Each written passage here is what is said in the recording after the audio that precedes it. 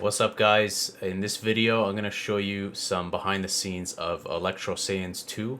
I'm going to be making videos every other day or every day, just showing you guys some of my projects, the methods that I use for some sound design arrangement. So I think this is the right project, so we'll get right into it. Alright, so here we are. I'm going to switch some settings real quick. Alright, so we're using FL Studio ASIO. I might have to bump up the buffer, but we'll see. Hopefully we don't get any crackling. So you can see I've gotten used to the playlist. I actually don't use a lot of patterns. I know a lot of people like the old school patterns, but I actually like the playlist. It's important to get things organized so that your workflow is seamless and so you don't get confused. So I like to name a lot of my files. You'll see here stuff are all labeled like DBZ or Vegeta. And let's get right into it. We'll show you what is on the mixer. So the mixer is consisting of a few different groups. We have like the percussion, we have the bass, we got the layers and vocals, and then I usually do the effects and ambient stuff near the end. Now this is before the mixing stage, so this is kind of the raw project, the project right before the mixing and mastering stage. And let's get right into here and play it back. Vegeta, what does the scouter say about his power level? It's over 9,000!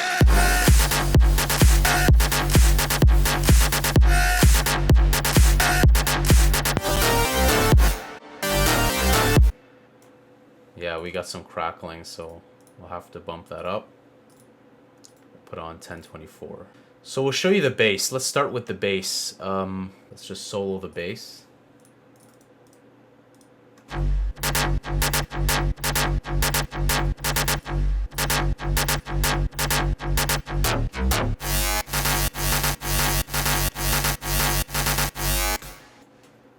So there's a lot going on with the bass.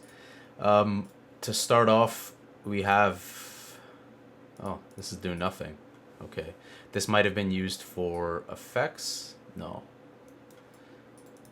We have a bit of the high end being tamed with the FabFilter Pro MB.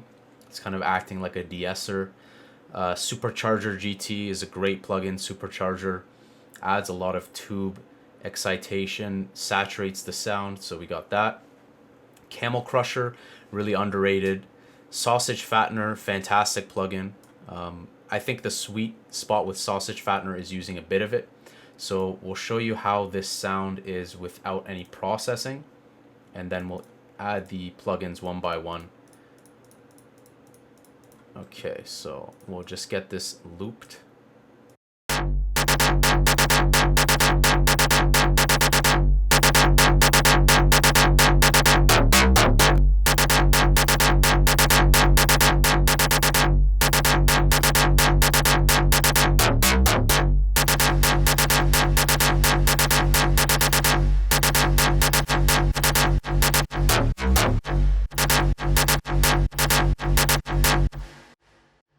So you can see it doesn't fuck around with the sound too much. The effects are just adding some brightness.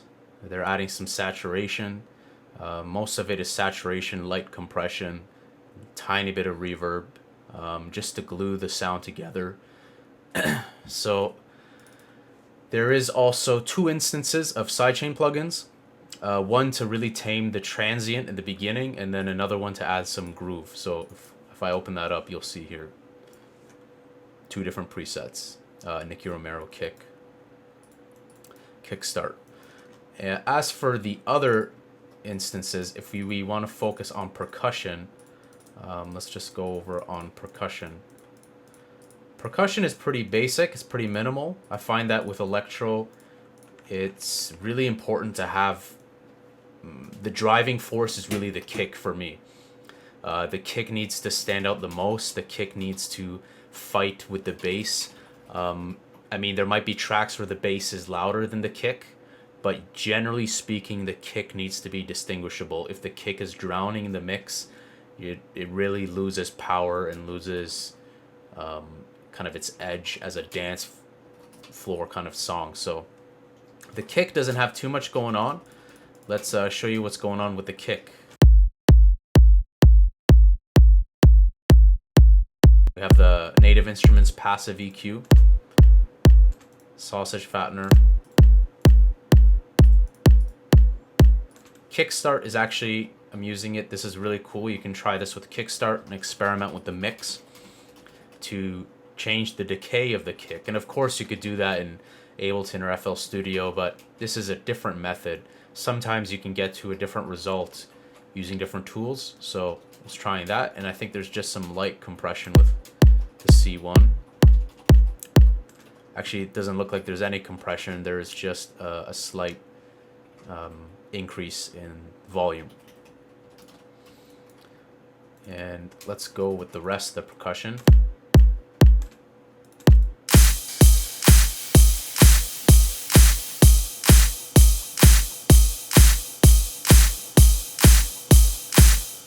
So we got the snare. The snare has a lot on it. This just happened to be this way. I'm usually content with the snare having way less, like just let's open it up and take a look. We have a high pass or a high cut, whatever you want to call it, low cut. Low cut at around 120 hertz. I find that these snares have a lot of punch and drive anywhere afterwards, so be very careful. You don't want to make your snares too cold. Let's go ahead and solo the snare without any processing on it. See, it has a lot of muddiness, so let's clean that up.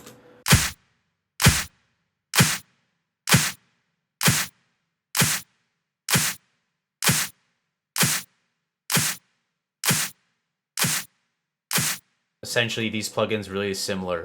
We're killing some of the low end, we are brightening it, kind of taming and gluing the song together, and then Kickstart is just giving a gentle touch of taming the introductory transient to allow it to kind of glue together with the kick well, because when we play this,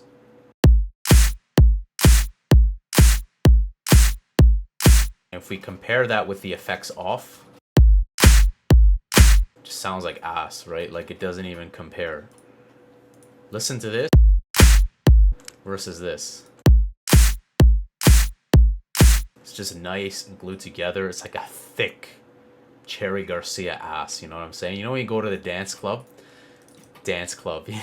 no one's ever dancing in the club. They're all just staring. Cherry Garcia ass. You know when you go to the club? That sounds like a fucking fetish.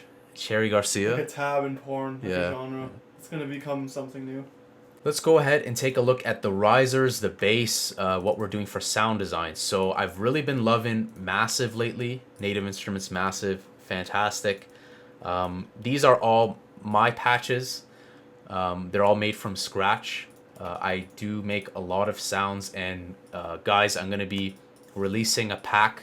I don't know exactly when, but I'm making a lot of different sounds, from risers to leads to bass lines, subs, effects, sub risers. These are all made in Massive. The reason why I like Massive is much like Sylenth 1. It's very warm. The low end, the warmth is just there. I feel like it's non-existent in some of the other synths. So Massive is my go-to for my bass.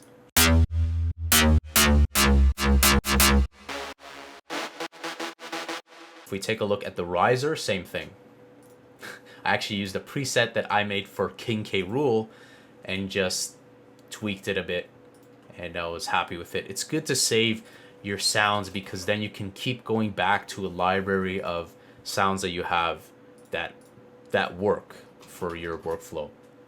So I recommend doing that, because if we take a look here, these are all patches that I've made. Some of them are not too good, but at least you have revisions. You can be like, hey, I want to see how it sounds with that lead, that sound. Or if you're making like something from scratch and you need to get inspired, it's good to have that. Let's go ahead and show you some of the more ambient stuff. You know, this stuff gets really overlooked. All the effects. So the effects, usually I don't mess around with effects too much. You can see effects, they all have just some Pro Q on it. They just have killing some low end. Sometimes it's around 120 or 140. Sometimes it's a bit more harsher. One thing I always recommend is EQ individually, but also collectively with each track, because it can be to your demise to just listen and solo something on its own, because then it doesn't mesh well with everything else, and vice versa. Something might sound like it meshes well, but then you listen on its own and you're like, whoa, what's going on at this frequency? So do a bit of both. Listen to it solo, listen to it collectively with the other tracks. I'm a big advocator for good effects and filling in the ambience, so let's listen to all the effects racks. We'll also include these ones, the brass, the flute, because they add some ambience. Let's introduce the vocals as well, and I'll talk about the vocals in a second.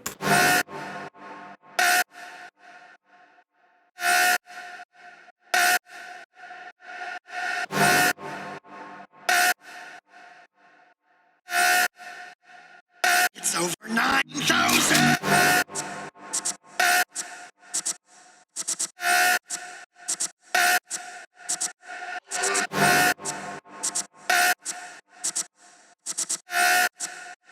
Vegeta power level! It's...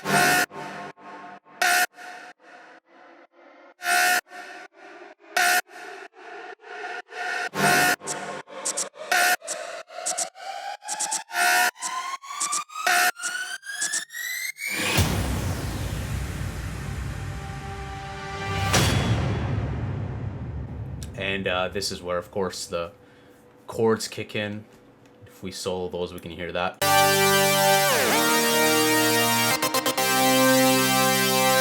That's again massive. Same with the sub. If we play the sub together, I find that if you guys make chords that are using saw square, they dominate the frequency spectrum so fully. They're so thick of a sound. So I just settled with a sine wave, like basic sub, both in massive, the sub and the chord. Let's play this back to show you the break. Just the break elements. We'll play the pad, the textures, just these few here.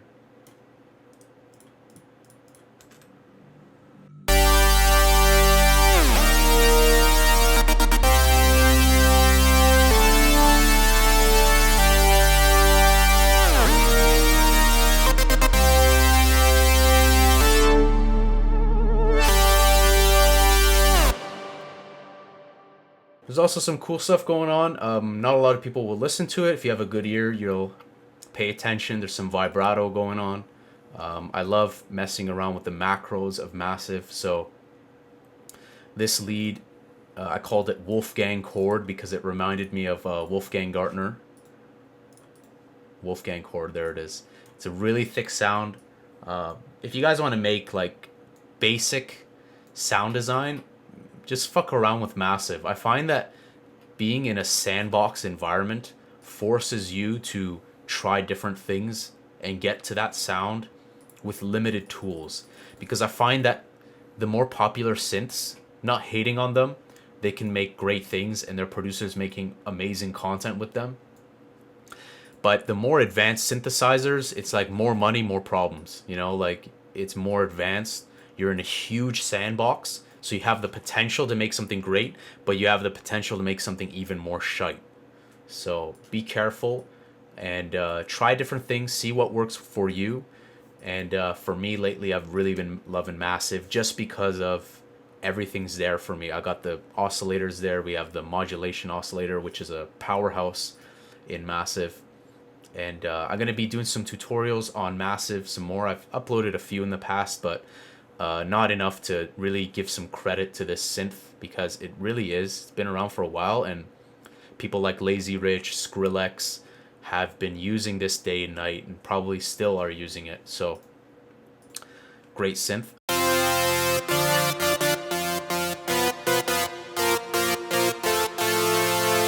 Cool, so that was massive. Let's take a look at the break sub. We got a little basic sine square. Not much going on here. There's really not much to tell you about this sound because it's pretty basic. The drop, I just reused the first drop That was in the initial part. And the driving factors really for this sound in this song are the bass and the chords. Because without the bass and the chords, the track is really very minimal. Really doesn't have too much going on. Most of the other stuff has minimal processing. So when we look at things like the open hat, white noise, there isn't too much going on. The toms, the clap loops. Most of the time it's something to do mostly with EQ and some light compression, or just killing the low end, just cleaning the sound. This was a purchase I made recently. Fantastic. If you guys want tools that will help you make rising sounds to increase energy during a build-up, Endless Smile, absolutely recommend this. This was probably one of the best $30-40 I spent on a plugin. Really worth it. And what it does is it has different presets, and the different presets introduce different chains of effects. So in this case, the first one would introduce, let's say, like high pass and reverb with an intensity knob that controls that and modulates that. So very useful when I wanted to make a riser here. I'll play it back for you guys. Let's see where it is. Yeah, this riser here. Now this riser in Massive, I think I used it here. I did. Endless Smile. You can position it where you want. You could obviously put it after the reverb. Let's listen to this riser without any processing on it.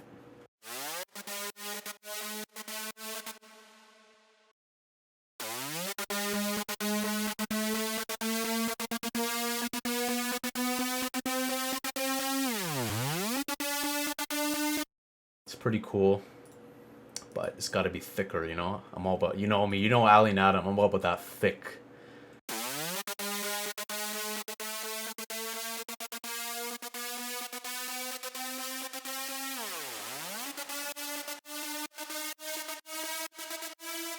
Now let's show you Endless Smile in action.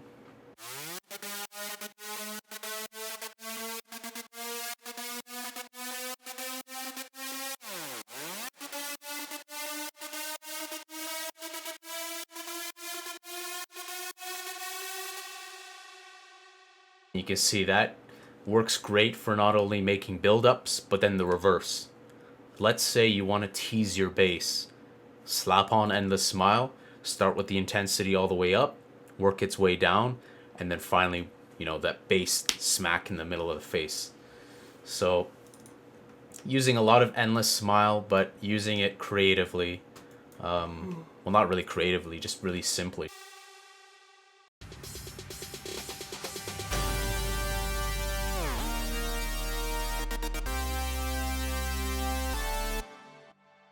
For the vocals did get processed quite a bit because I first looked for like a high quality on YouTube.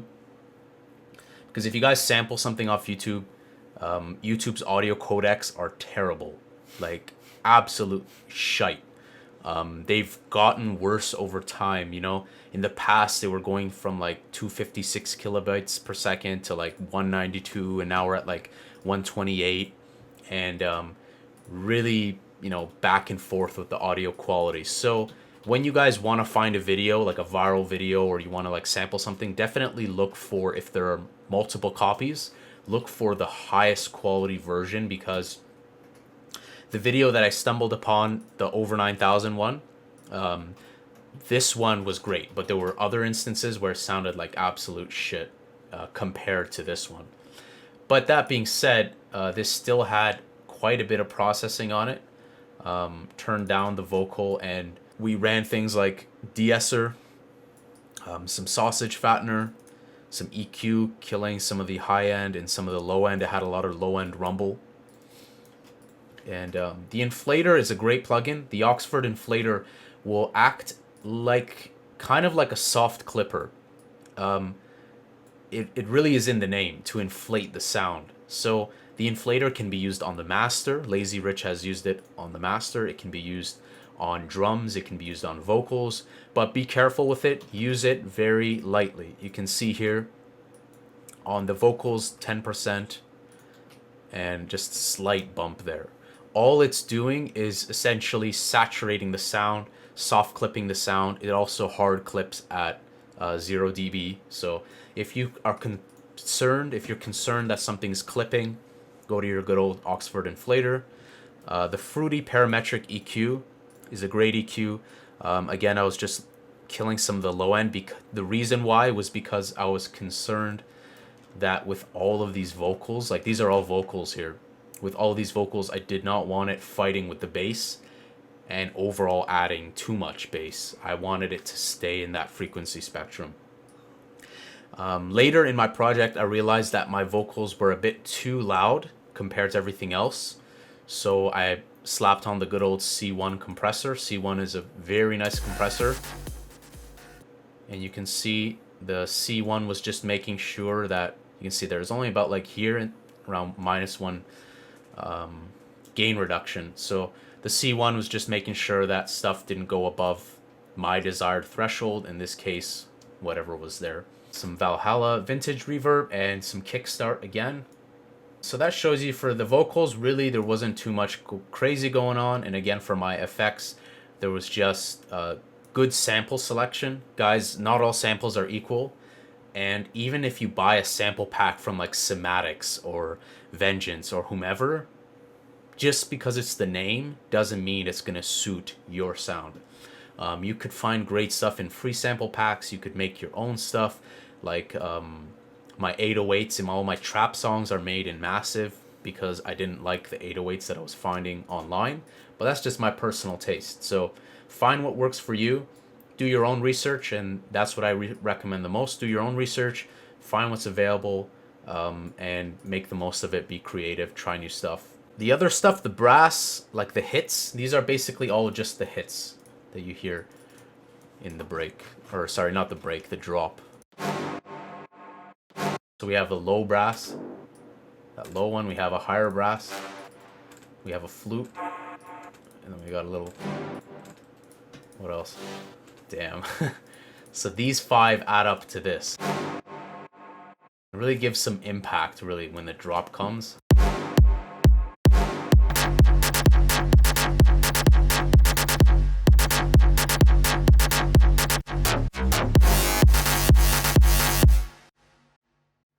One thing I'm going to show you guys is what I'm doing with modulation.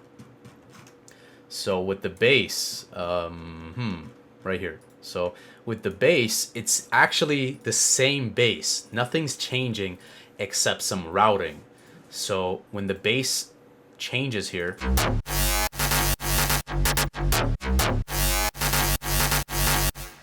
all that's happening is that you can see right around here, oscillator 3, the routing is opening up from the filter that's on there, the daft low pass filter that's on there. Let's show you what I'm talking about. All that's happening is this. And that's allowing for kind of a really unique type of sound. And really, like, this isn't my strategy for all songs. You know, this just worked for this. And again, this one started from a blank patch. And it just has to do with trying different things. Sometimes like bringing up the pitch just a few cents can mean the difference between like a really cool gritty sound and then maybe something more cheesy. So experiment, experiment, experiment, and trust your ears. They are your #1 asset. There are a lot of automation clips, but keeping them organized will make it easy for you. You can see I have everything grouped. So let's start from the top. From the top, I generally will make sidechain automations, but then link them to multiple sidechain plugins. So in the moments where I didn't want sidechain, you can see here it's dropping and dropping here again. When we scroll down, we have our kick, our ride, our kick clap, our crash, the open hat, the noise, and the noise is opening up via this low pass filter. We then go to our snare, which I rendered first. I was finding good snares, and then I'm like, oh, cool, a snare is good. Then I rendered it, and then I ran it through the effects chain. And then when we go down, some more automation, the hits, an ongoing pad that I believe goes up in pitch right around here. Yeah. So you guys can do that. And really, that's not noticeable. In the whole grand scale of things, it's so ambient. Channel 20. So let's play this back. So it's very light. This pad doesn't have much going on. It's being sidechained the same way that the bass is, but again, here it starts to rise.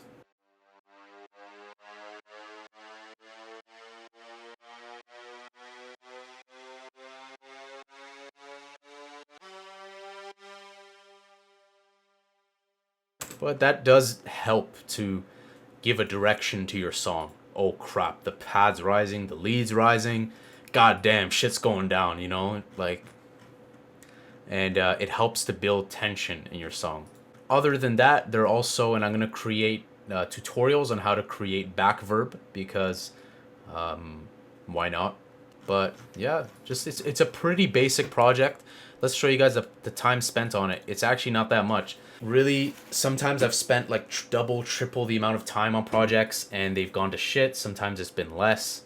But I hope you guys liked what I showed you here, like the ideas that I had going into this, just how my workflow is for this track. I'm going to do it for other tracks as well. So comment below. Let me know what tracks you guys want to see, what kind of tutorials you guys want to see. I love taking your suggestions and creating videos out of them. It really inspires me to create content based off of your suggestions, your comments. If you guys liked this video, remember to smash that like button. Now that I have my OBS and everything set up, making tutorials is very simple. It used to be a pain in the ass before. So I will see you guys in the next video. More tutorials, reviews, and behind the scenes videos like this are going to be coming. I love you guys. Take care. Keep making them gains. Fucking anthem ass. Fucking anthem ass. Excuse me? Heard me.